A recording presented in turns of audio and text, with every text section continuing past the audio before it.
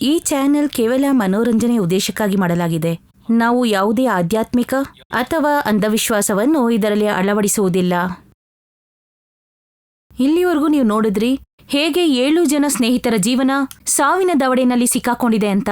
ಮೀರಾ ಪ್ರಜ್ಞೆ ತಪ್ಪಿ ಒಂದು ಭಯಂಕರವಾದ ಪ್ರಪಂಚವನ್ನೇ ನೋಡಿದ್ಲು. ಆ ಪ್ರಪಂಚ ಒಬ್ಬ ರಾಕ್ಷಸನ ಕೈಯಡಿಯಿತ್ತು. ಟ್ರೈನ್ನ 2 ಬೋಗಿನಲ್ಲಿ ಹತ್ತಿದಂತ ಈ ಸ್ನೇಹಿತರು ವಾಯುಸುರನ್ನ ಎದುರಿಸ್ತಾರೆ. ಅಲ್ಲಿ ಅವನು ರಕ್ತಪಾತದ ಆಟವನ್ನ ಶುರು ಮಾಡ್ತಾನೆ. ಪೂನಂನ ರಕ್ಷಿಸುವ ಸಲುವಾಗಿ ಎಲ್ಲರೂ ತಮ್ಮ ಪ್ರಾಣವನ್ನೇ ಪಣಕ್ಕಿಟ್ಟಿರ್ತಾರೆ. ಒಂದು ಒಗಟಿನ ಜೊತೆ ಇದ್ದ ಬೀಗದ ಕೈಯಿಂದ ಅವರು ಟ್ರೈನ್ ಅನ್ನು ಸ್ಟಾರ್ಟ್ ಮಾಡ್ತಾರೆ. ಆದ್ರೆ ಆ ಟ್ರೈನ್ ಅವರೆಲ್ಲರನ್ನೂ ಒಂದು ಭಯಂಕರವಾದ ಹುಲ್ಲುಗಾವಲಿನ ಪ್ರದೇಶಕ್ಕೆ ಕರೆತರುತ್ತೆ. ಆ ಪ್ರದೇಶದಲ್ಲಿ ಒಂದು ಸ್ಕೇರ್ ಕ್ರೋ ಇವರಿಗಾಗಿ ಕಾಯುತ್ತಿರುತ್ತದೆ. ಈ 7 ಜನರು ಆ ಪ್ರದೇಶದಿಂದ ಹೊರಬೀಳ್ತಾರಾ? ಅದನ್ನ ಮುಂದೆ ನೋಡೋಣ.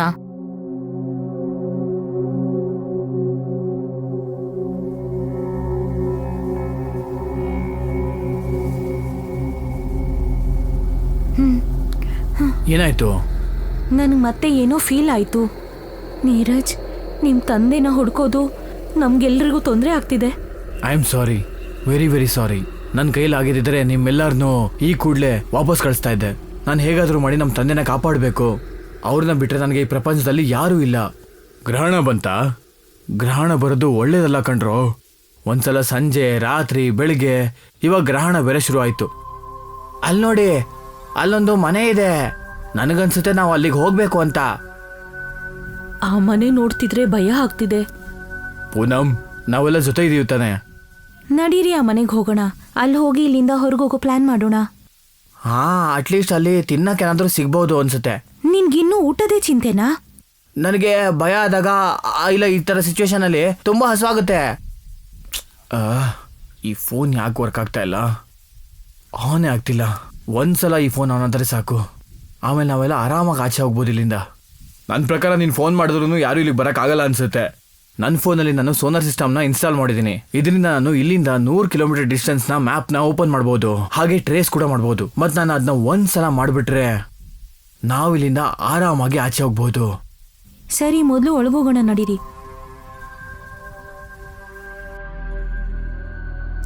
ಇಲ್ಲೆಷ್ಟು ಕತ್ಲಿದೆ. ಇಲ್ಲೆಲ್ಲೂ ಲೈಟ್ ಇಲ್ವಾ? ಆ ಭಯಂಕರವಾದ ಹೆಣ್ಣಿನ ಧ್ವನಿ ನನ್ಗಿನ್ನೂ ಕಿವಿನಲ್ಲಿ ಗುಂಗುಡ್ತಿದೆ. ನನ್ನ ಕೈ ಕಾಲೆಲ್ಲ ನಡುಗ್ತಿದೆ. ಇಲ್ಲಿಂದ ಆಚೆ ಹೋಗೋದಕ್ಕೆ ಯಾವುದಾದ್ರೂ ಒಂದು ದಾರಿ ಇರಲೇಬೇಕು. ಕೇವಲ ನಾವು ಅದನ್ನ ಹುಡುಕ್ಬೇಕಷ್ಟೇ. ಪ್ರಿಯಾ, ನೀನೇನೋ ಹೇಳ್ತಾ ಇದ್ದೆ, ಯಾವುದೋ ಕತೆ ಅನ್ಸುತ್ತೆ.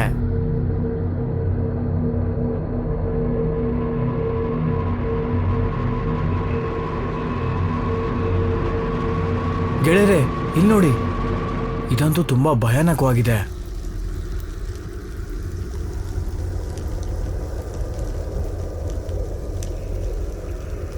ಎಲ್ರೂ ಗಮನ ಇಟ್ಟು ಕೇಳಿ ನಾನು ಹೇಳೋದನ್ನ.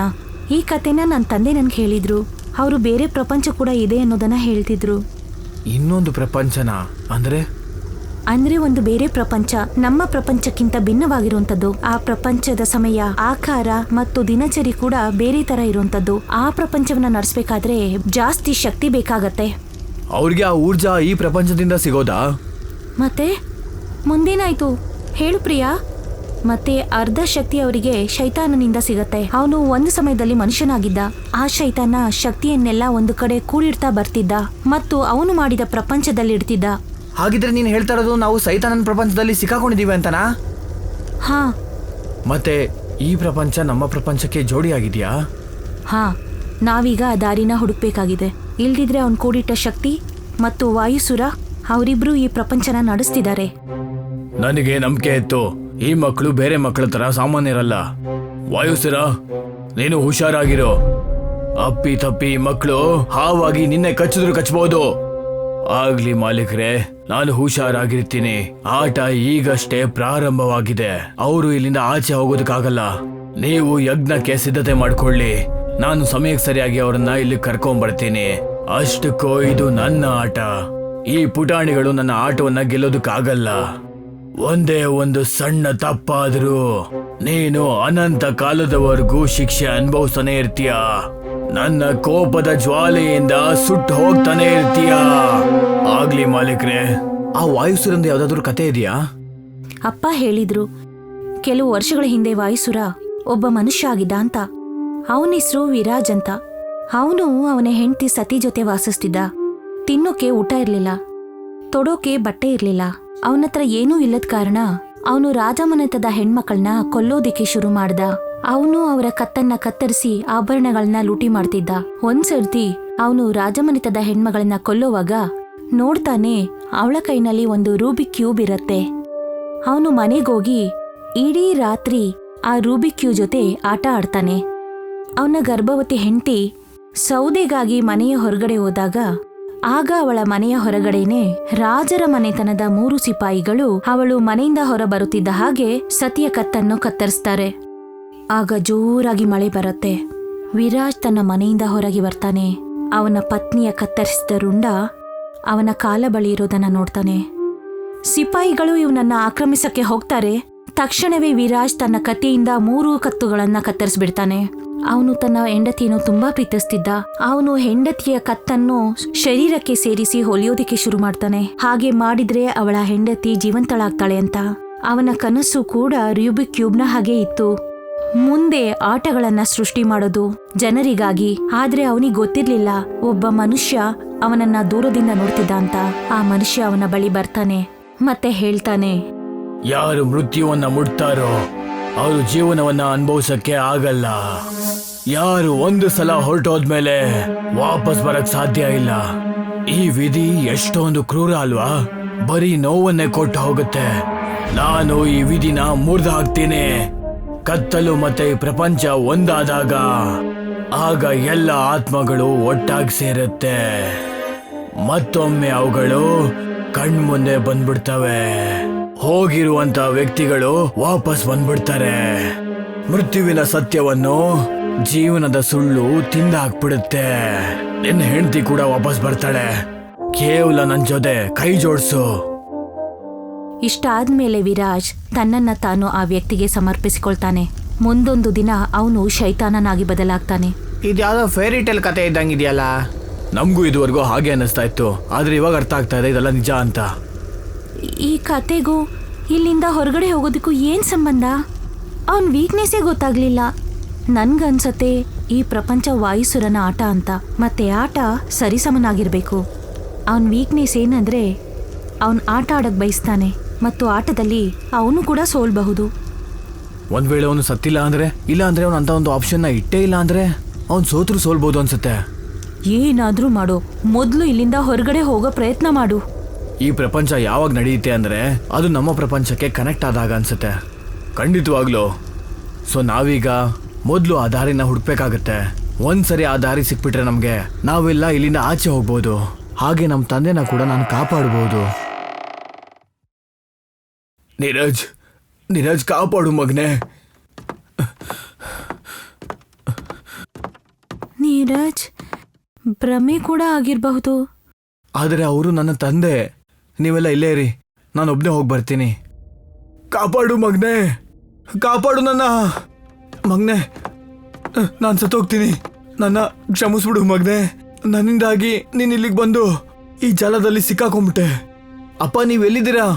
ನೀವು ಚಿಂತೆ ಮಾಡಬೇಡಿ, ನಾನು ನಿಮ್ಮನ್ನ ಕಾಪಾಡ್ತೀನಿ. ನಾನು ನಿಮ್ಮನ್ನ ಕಾಪಾಡ್ತೀನಿ ಅಪ್ಪ.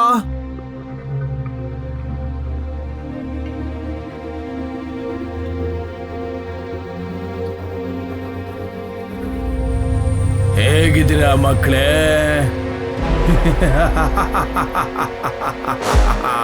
ನಮ್ಮ ತಂದೆನ ಬಿಟ್ಬಿಡು. ಅಷ್ಟಕ್ಕೂ ಅವ್ರನ್ನ ಸಾಯಿಸಿ ನಿನಗೆ ಏನ್ ಸಿಗುತ್ತೆ? ಏನೂ ಇಲ್ಲ. ನನಗೆ ನಿನ್ನ ತಂದೆಯಿಂದ ಏನು ಸಿಗಲ್ಲ. ನಾನು ನಿಮ್ಮ 7 ಜನನ ಇಲ್ಲಿ ಕರೆಸ್ಬೇಕಾಗಿತ್ತಷ್ಟೇ. ನಾನ್ ನಿಮ್ಮ ಸ್ನೇಹಿತರನ್ನ ತುಂಬಾ ಚೆನ್ನಾಗಿ ಬಳಸ್ಕೊಂಡೆ ನಿಮ್ಮ ತಂದೆನ ಹಿಡಿಯೋದಕ್ಕೆ. ಬಿಟ್ಬಿಡು ನಮ್ಮ ತಂದೆನ. ಅಷ್ಟಕ್ಕೂ ಅವ್ರು ನಿನಗೆ ಏನ್ ಮಾಡಿದ್ದಾರೆ ಅಂತ? ಏನು ಮಾಡಿಲ್ಲ. ಆದ್ರೆ ಸಾಯ್ಲೇಬೇಕು. ಇಲ್ಲ, ಬಿಟ್ಬಿಡು, ಬಿಟ್ಬಿಡು ಅವ್ರನ್ನ. ಇಲ್ಲ ಅಪ್ಪ, ಇಲ್ಲ, ಪ್ಲೀಸ್ ಪ್ಲೀಸ್ ಬೇಡ, ಪ್ಲೀಸ್ ಪ್ಲೀಸ್. ನೀನೇಸ್ ಮಗನೆ, I am proud of you. ನೀನು ಈ ಕೆಟ್ಟ ಸೈತಾನನ್ನ ಸೋಲಿಸ್ತೀಯ. ಇವನ ಶಕ್ತಿ, ಇವನ ರೂಪ. ಇಲ್ಲ ಅಪ್ಪ. ಇಲ್ಲ ಅಪ್ಪ ಅಪ್ಪ ಅಪ್ಪ ಅಪ್ಪ ಚಿಂತೆ ಮಾಡ್ಬೇಡ ಗೆಳೆಯ, ನಾವು ಇವನ್ನ ಸೋಲ್ಸೋಣ ಮತ್ತಿಲ್ಲಿಂದ ಆಚೆ ಹೋಗೋಣ. ಇದೇ ಇವನ್ನ ಸೋಲಾಗುತ್ತೆ. ವಾಯುಸುರ, ನೀನು ಅವನ ತಂದೆನ ಸಾಯಿಸ್ಬಿಟ್ಟು ತುಂಬಾ ದೊಡ್ಡ ತಪ್ಪು ಮಾಡ್ಬಿಟ್ಟೆ. ಅವ್ರಿಲ್ಲಿ ಉಳ್ಕೊಳ್ಳೋದಕ್ಕೆ ಒಂದೇ ಒಂದು ಕಾರಣ ಇತ್ತು, ನೀನು ಅವನನ್ನು ಸಾಯಿಸ್ಬಿಟ್ಟೆ. ಯಾಕೆ ಸಾಯಿಸ್ದೆ ಅವನ್ನ? ಮಾಲೀಕ್ರೆ, ನಾನು ಅವ್ರನ್ನ ಹೆದರ್ಸ್ಬೇಕು ಅಂತ ಇದ್ದೆ ಅಷ್ಟೇ, ಆದ್ರೆ ಅವ್ರಿಗೆ ನನ್ನ ಶಕ್ತಿ ಏನು ಅಂತ ತೋರಿಸ್ಬೇಕಾಗಿತ್ತು. ಇಲ್ಲ, ನಿನಗೆ ಕೇವಲ ಯಾರನ್ನಾದ್ರೂ ಸಾಯಿಸ್ಬೇಕಾಗಿತ್ತು ಅಷ್ಟೇ. ವಾಯುಸುರ, ನಾನು 700 ವರ್ಷಗಳಿಂದ ಇದಕ್ಕೋಸ್ಕರ ಕಾಯ್ತಾ ಇದ್ದೆ. ಈ ಅಂಧಕಾರದಲ್ಲಿ ಇದ್ದು ನನಗೆ ಸಾಕಾಗಿ ಹೋಗಿದೆ. ನಾನ್ ನಿನಗೆ ಹೇಳಿದ್ದೆ ಯಾವುದೇ ತಪ್ಪು ಕೂಡ ಆಗ್ಬಾರ್ದು ಅಂತ, ಆದ್ರೆ ಇಲ್ಲೂ ಕೂಡ ನಿನ್ನ ಮಾತನ್ನ ಕೇಳಲೇ ಇಲ್ಲ. ಇದಕ್ಕೋಸ್ಕರ ನಾನ್ ನಿನಗೆ ಶಿಕ್ಷೆ ಕೊಡ್ಲೇಬೇಕಾಗತ್ತೆ. ಹೀಗ್ ಮಾಡಿದ್ರೇನೆ ನಿನಗೆ ಬುದ್ಧಿ ಬರೋದು ಅನ್ಸುತ್ತೆ. ಇಂಥ ತಪ್ಪು ಮತ್ತೆ ಆಗೋದಿಲ್ಲ ಮಾಲೀಕರೇ. ನನ್ನ ಹೆಂಡತಿನ ಬಿಟ್ಬಿಡಿ, ಕಣ್ಣು ತೆಗಿ, ಮತ್ತೆ ತಲೆ ಎತ್ತಿ ಈ ದೃಶ್ಯವನ್ನ ನೋಡು. ವಿರಾಜ್, ವಿರಾಜ್, ಬೇಡ ಬೇಡ.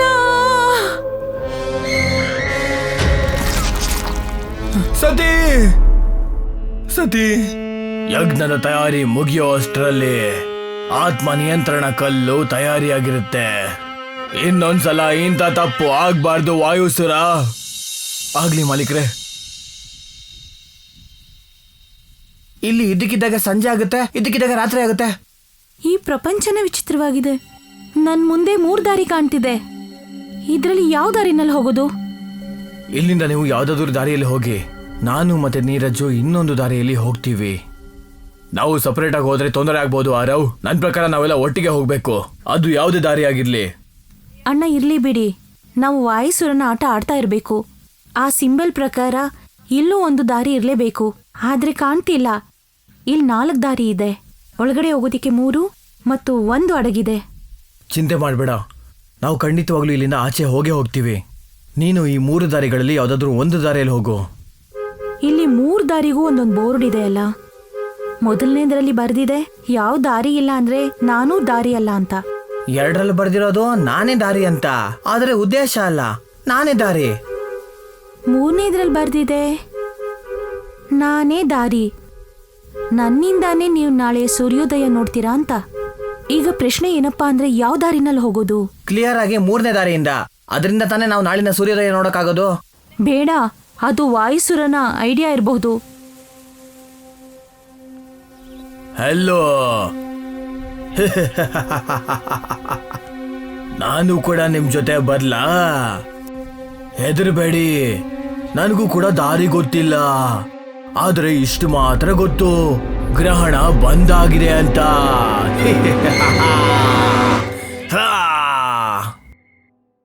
ಮುಂದೆ ಬರುವ ಎಪಿಸೋಡ್ನಲ್ಲಿ ನೋಡಿ ಹೇಗೆ ವಾಯುಸುರನ ಭಯಂಕರ ಆಟ ಇನ್ನೂ ಭಯಂಕರವಾಗುತ್ತೆ ಅಂತ. ನೀರಜ್ ಮತ್ತು ಆರವ್ ಒಂದು ಹಳೆಯ ಮನೆ ಹತ್ರ ಹೋಗ್ತಾರೆ. ಭೂತ ಪ್ರಪಂಚದ ರಹಸ್ಯ ಈ ಹಳೆಯ ಮನೆಯಲ್ಲಿ ಅಡಗಿದೆ. ಅದೇ ಉಳಿದ ಸ್ನೇಹಿತರ ಪರಿಚಯ ಒಂದು ವಿಚಿತ್ರವಾದ ಸ್ಕೇರ್ ಕ್ರೋ ಮತ್ತು ಒಂದು ಹುಡುಗಿಯ ಜೊತೆ ಆಗತ್ತೆ. ಪ್ರತಿ ಹೆಜ್ಜೆಗೂ ಹೆಚ್ಚಾಗುವ ಅಪಾಯ. ಈ ಜಂಜಾಟದಲ್ಲಿ ತಮ್ಮ ಪ್ರಾಣವನ್ನು ಉಳಿಸಿಕೊಳ್ಳಲು ಯತ್ನಿಸುವ ಸ್ನೇಹಿತರು. ಈ ಶೈತಾನನ ಪ್ರಪಂಚದಿಂದ ಅವರು ಹೊರಬೀಳ್ತಾರಾ ಅಥವಾ ವಾಯುಸುರ ತನ್ನ ಕಾರ್ಯದಲ್ಲಿ ಸಫಲನಾಗ್ತಾನ? ತಿಳಿಯೋದಕ್ಕಾಗಿ ನೋಡ್ತೀರಿ ದ 7 ಸ್ಯಾಕ್ರಿಫೈಸ್.